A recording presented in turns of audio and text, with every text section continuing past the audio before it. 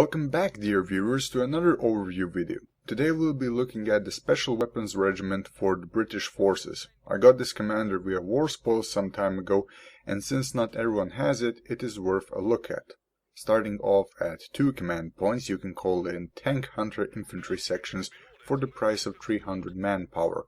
These lads come equipped with 2 Boys anti-tank rifles. They can't pick up any additional weapons, so do bear this in mind when you deploy them.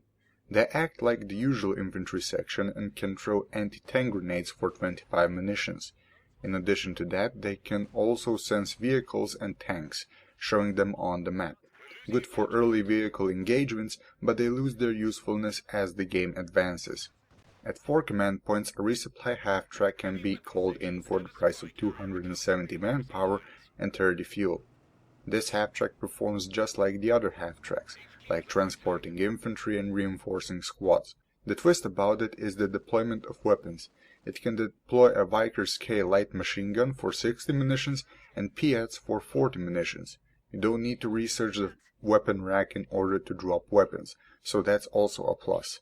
It also allows you to outfit your squads on the fly and in the field as you see necessary. Unlocked at 8 command points and costing 250 munitions is the ability Hold the Line.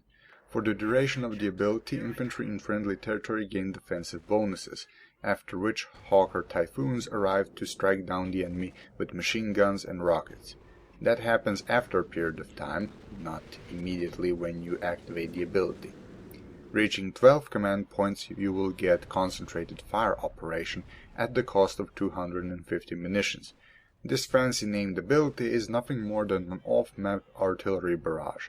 It costs a lot, covers a rather large area, and while the accuracy of the barrage is questionable, the shells that arrive with a vengeance, eradicating buildings and destroying vehicles with no problem. It is the allied equivalent of Heavy Gustav, even if I do say so myself. You cannot call it on the enemy base, which does make sense as it would do too much damage. Last, but definitely not least, at 12 command points, the Churchill Crocodile tank can be called in for 70 munitions and 180 fuel. This heavy tank comes with a 75mm gun and a flamethrower. Unlike the KV-8 flamethrower tank, it can use both its main gun and the flamethrower simultaneously. Plus, the 75mm gun can go toe-to-toe with medium and even heavy armor. Good for urban maps and general engagements against infantry and tanks alike. This concludes our overview of the Special Weapons Regiment. It has some interesting support units, 2 good abilities, and a good assault tank for the finishing punch. I think it's safe to say that you won't regret your purchase if you get this commander. I haven't, cause I got it for free, but still, I can recommend it if you really want to give the money for it. That is all. I'll see you all next time with a review. Ciao!